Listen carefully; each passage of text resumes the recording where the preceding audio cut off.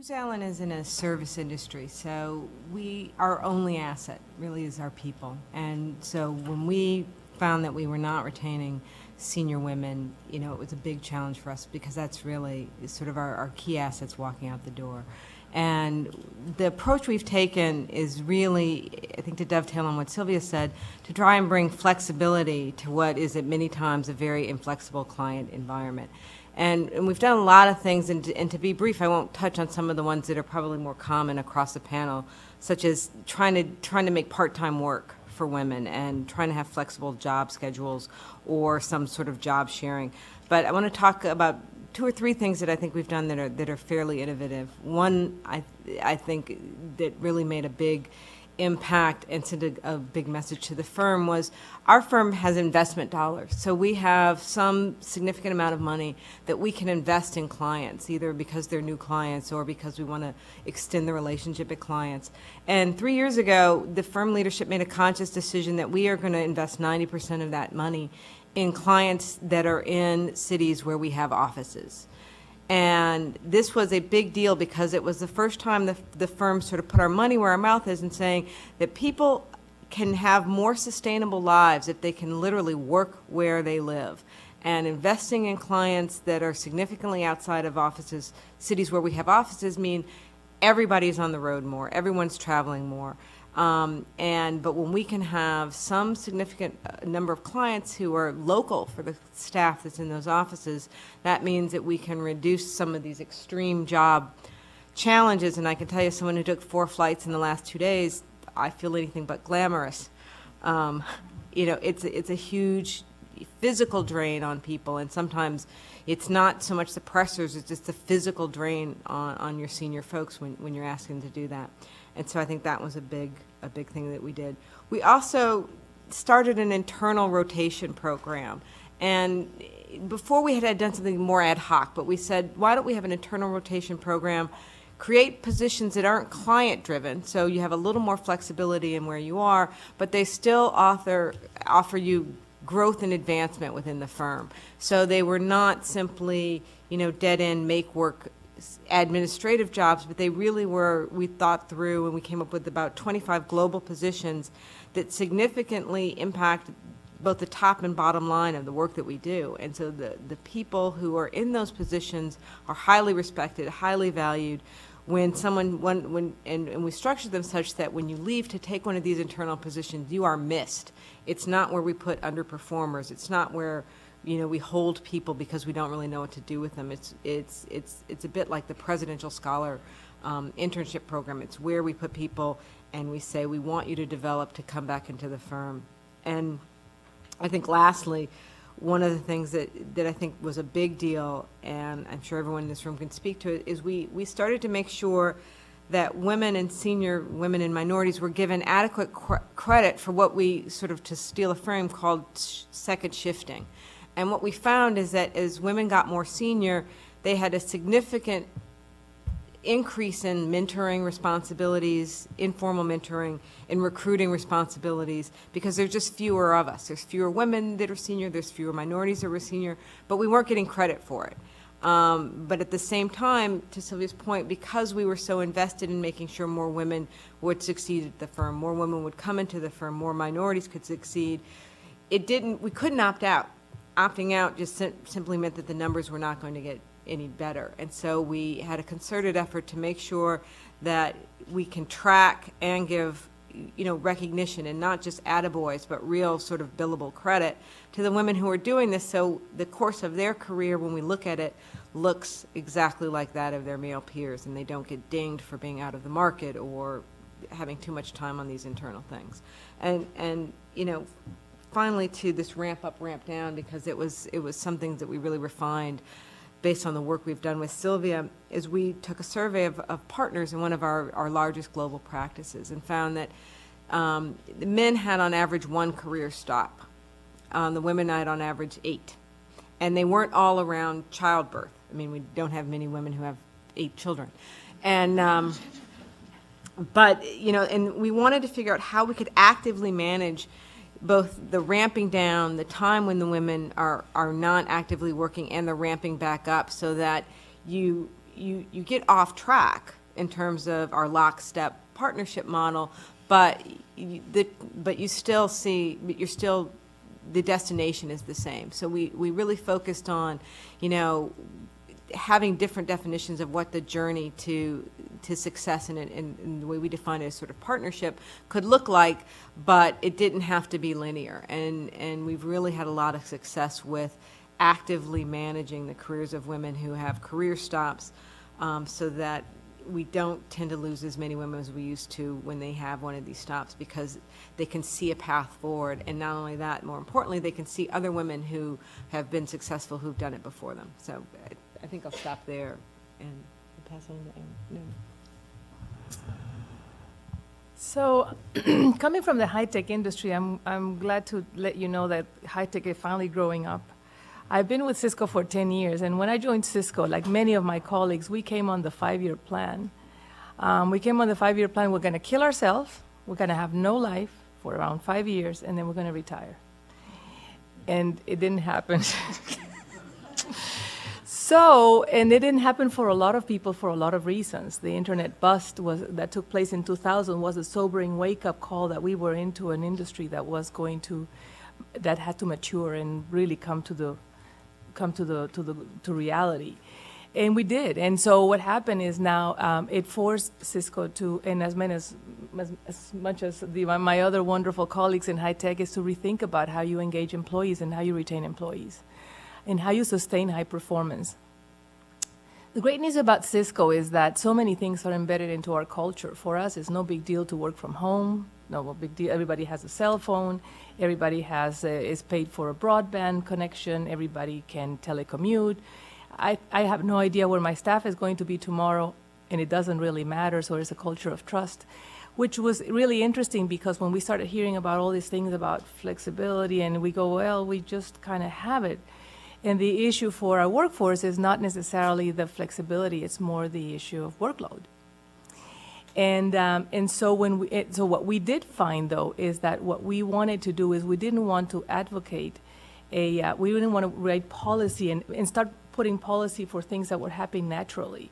It's not easy for us to go back and say, okay, well, starting tomorrow, everybody that wants to come in at 8:30 has to apply to a policy and can get approval. It's done. We're past that point. But what we do need to do, what we found, is that we need to create a strategy that really builds how are you going to sustain this high performance over the long term. And we started changing the language of talking about work-life balance or work-life integration or on-ramps or off-ramps, and talking about long-term high performance, sustainable high performance.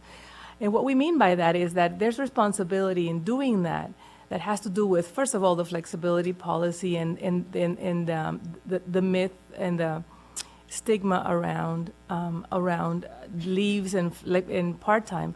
But also we're trying to work the part about how do you actually measure performance better, so it's not bound by the face time, it's not bound by the how many hours you worked. We're trying to change our rewards and recognition so that it's not about the guy who worked all week and all-nighters. It's more like the person who delivered, because we found that women are very efficient.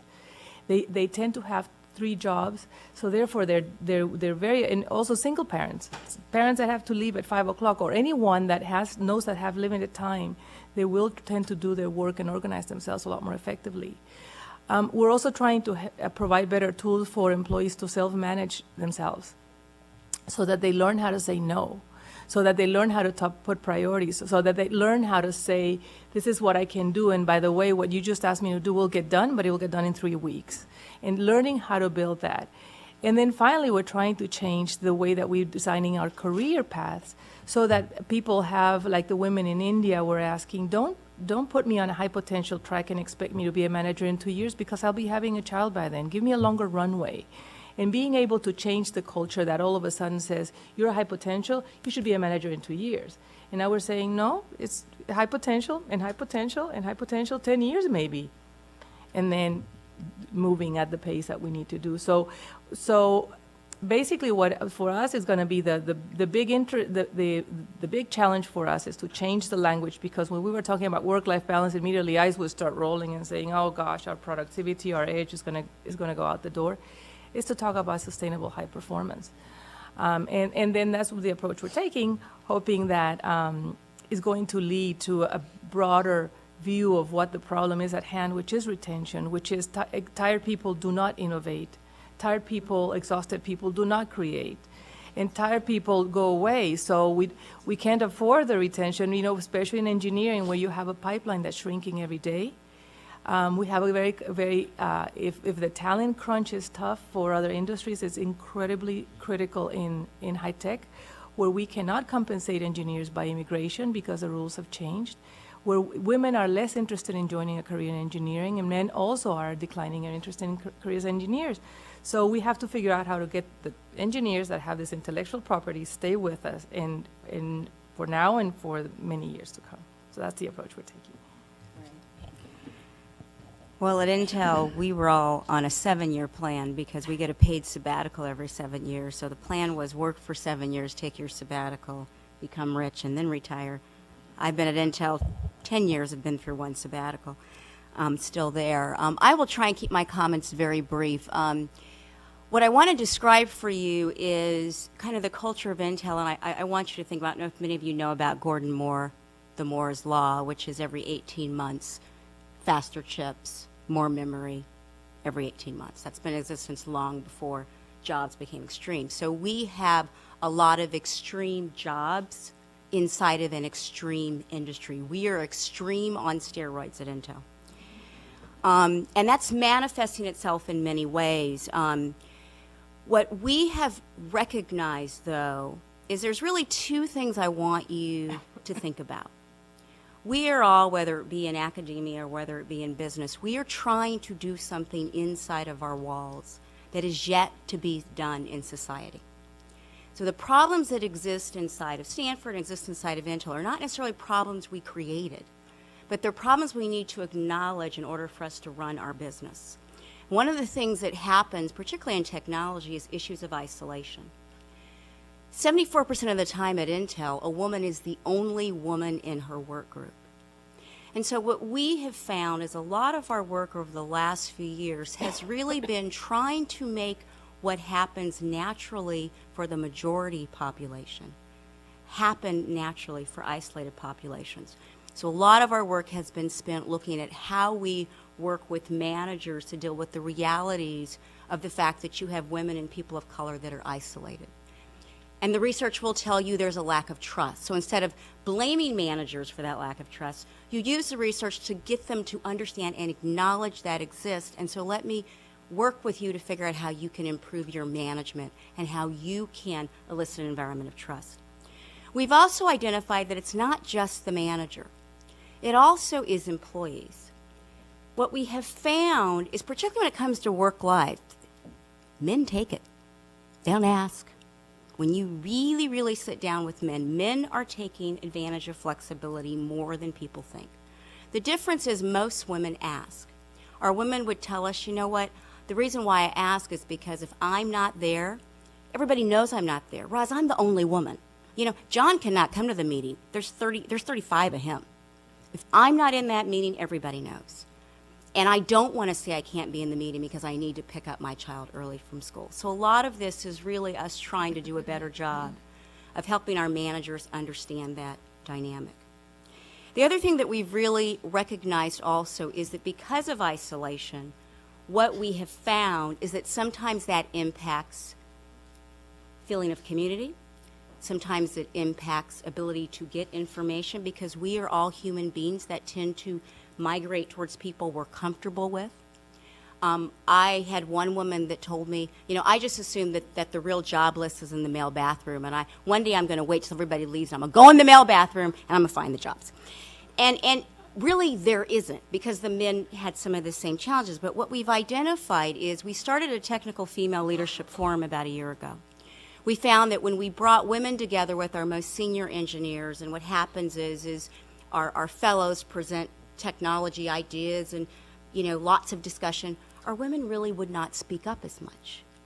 When we brought them all together, the entire forum of women, and presented the exact same idea, the ideas flowed. And so what that was an environment of safety for them to ask ideas amongst people that they were comfortable with in a way that they didn't feel they were on stage. So we've identified that that's important. I think the other thing that we've tried to do is in a culture where we have said you own your own employability. There are numerous instances where we have had many of our female VPs and have off-ramped, on-ramped, part-time, they've done whatever they needed to do, but they've done it in private. And part of what we need to really do, to reiterate what Sylvia said, is get them to really be much more visible about how they did it. And then I think lastly, where I see this going is not necessarily that the extreme jobs are going to go away. I think what is going to happen is that we as employers are going to have to figure out how to build in more recuperation time. The initial Intel model was sabbatical every 7 years. That was before every single employee. My secretary has a laptop. She works from home at least one day a week. Everybody has a laptop. And so that builds in a tremendous amount of flexibility, but what that has done is given you the flexibility to work all day, every day, and Saturday and Sunday. And so we believe that we're going to have to rethink recuperation time, rethink how we look at vacation, rethink how we look at time off. And I think fundamentally the other thing that we are very involved in is development of pipeline.